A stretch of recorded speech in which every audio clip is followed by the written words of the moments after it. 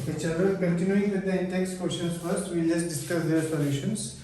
On page 162, first question is, how does the sound produced by a vibrating object in a medium reach your ear? हमारे कान तक कैसे पहुंचती है? इसका answer काफ़ी क्लियरली लिखा हुआ है पेज 161 में. वो जो पैराग्राफ है, particle of the medium in contact with the vibrating object is first displaced from its equilibrium position.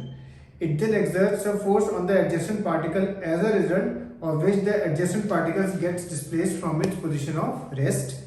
After displacing the adjacent particle in the first particle comes back to its original position, and this process continues in the medium till the sound reaches your ear. Okay, so ये तो first question है. Second question है, explain how sound is produced by a school bell. When that hammer strikes the bell, it starts vibrating, and that's how sound waves are produced. Second is, why are sound wave called mechanical waves? ये काफी clearly last class में explain किया था मैंने. Because sound waves need a medium to travel. That's why they are also known as mechanical waves.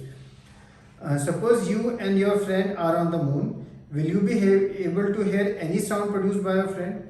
As you know, moon does not have atmosphere, and we just discussed in the second question that sound needs a medium to travel. अगर कोई medium ही नहीं होगा then sound we will not hear what our friend is saying because there is no medium through which the sound can travel. अब जो wave होती है ना वो दो तरह की होती है. एक होती है लॉन्गिट्यूडिनल वेव जो साउंड है,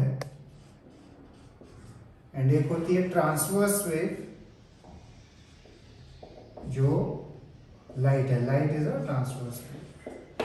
अब दोनों में फर्क क्या है? ठीक है, सपोज एक पॉइंट ए है और ये पॉइंट बी है, हमें यहां से यहां तक जाना है.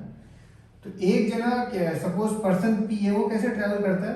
वो आगे जाता है, फिर हल्का सा पीछे आता है, फिर आगे जाता है, हल्का सा पीछे आता है, आगे जाता है, हल्का सा पीछे आता है.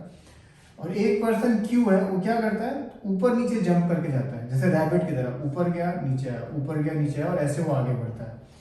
तो जो फर्स्ट तरह की जो वेव होती है, in which the direction of the propagation is parallel to the distance जो हमें जाना है, this type of wave is known as longitudinal wave. and दूसरी तरह की वेव जो ट्रांसवर्स वेव होती है, उसमें जिस डायरेक्शन में हमें जाना होता है, it travels perpendicular to the direction. तो इस तरह की वेव ट्रांसवर्स वेव कहलाती है. ये उससे एक स्लिंकी के थ्रू भी हमें ये एक्टिविटी के थ्रू पेज 163 एक्सप्लेन करने की ट्राई किया है. लिखा है, एक थोड़ा पढ़ते हैं.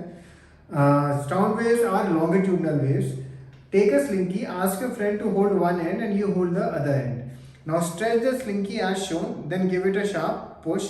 Slinky वो जो एक स्प्रिंग जैसा नहीं होता है, इसको जिससे पुल कर सकते हैं एंड कंप्रेस भी कर सकते हैं. The regions where the coil become closer are called compressions, and the regions where the coils are further apart are called rarefactions. As we already know, sound propagates in the medium as a series of compressions and rarefactions.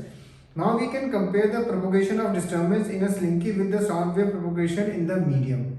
These waves are called longitudinal waves, and in these waves the individual particles of the medium move in a direction parallel to the direction of propagation of the disturbance. ठीक है, they move in a direction parallel, ऐसे parallel जाते हैं.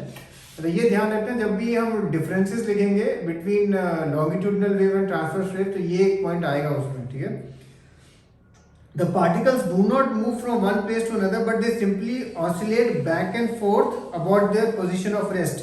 This is exactly how a sound wave propagates. Hence, sound waves are called longitudinal waves.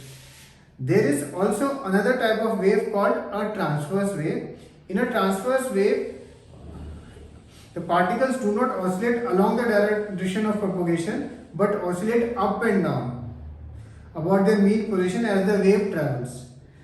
Thus, a transfer wave is the one in which the individual particles of the medium move about their mean position in a direction perpendicular to the direction of wave propagation. When we drop a pebble in the pond, the waves you see on the water surface is an example of transverse wave. Light is a transverse wave, but for light the oscillations are not of the medium particles or their pressure density. It is not a mechanical wave. You will come to know more about transverse wave in higher classes. अब मैं एक चीज़ और आपको दिखाना चाहता हूँ. I want you to open page 174. First question है, what is sound and how is it produced?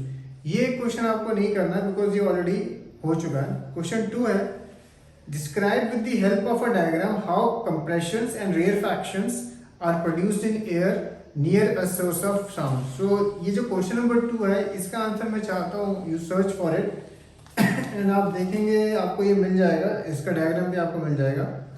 Question 3, cite an experiment to show that sound needs a material medium for propagation. ये अभी क्वेश्चन नंबर 3 ऑलरेडी आप कर चुके होंगे, कर लेंगे because वो जो हमने आज क्वेश्चन, अच्छा एक ये वाला भी क्वेश्चन जो था एक एक्सपेरिमेंट वाला, यही वाला, साइट है experiment to show that sound needs a material medium for propagation. तो इसमें आपको इसी तरह का जो मैंने क्वेश्चन भेजा है तो वो आपको पेज 162 पे काफ़ी क्लियरली मिल जाएगा। उसका फिगर भी बनाना है और उसका आंसर यहीं से स्टार्ट होता है, take an electric bell jar, और वहाँ से उसको आप लिखेंगे। तो आप चाहे वो वाला क्वेश्चन लिख सकते हो या क्वेश्चन नंबर 3 है, ये भी आप दोनों में से कोई भी एक लिख सकते हो।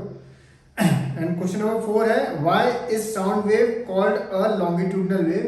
तो इस क्वेश्चन का आंसर आपको जैसे हमने अभी डिस्कस किया है तो आपको ये पेज 163 पे आपको मिल जाएगा, why is sound wave called a longitudinal wave. Okay, so अभी बेसिकली इस लेक्चर में जो हमने ये 7-8 क्वेश्चंस डिस्कस किए हैं ये आपको लिखने हैं, और फिर ये जो एंड के भी जो 2-3 हमने क्वेश्चंस किए हैं इनके आपका आंसर वैसे आपको मिल ही जाएंगे।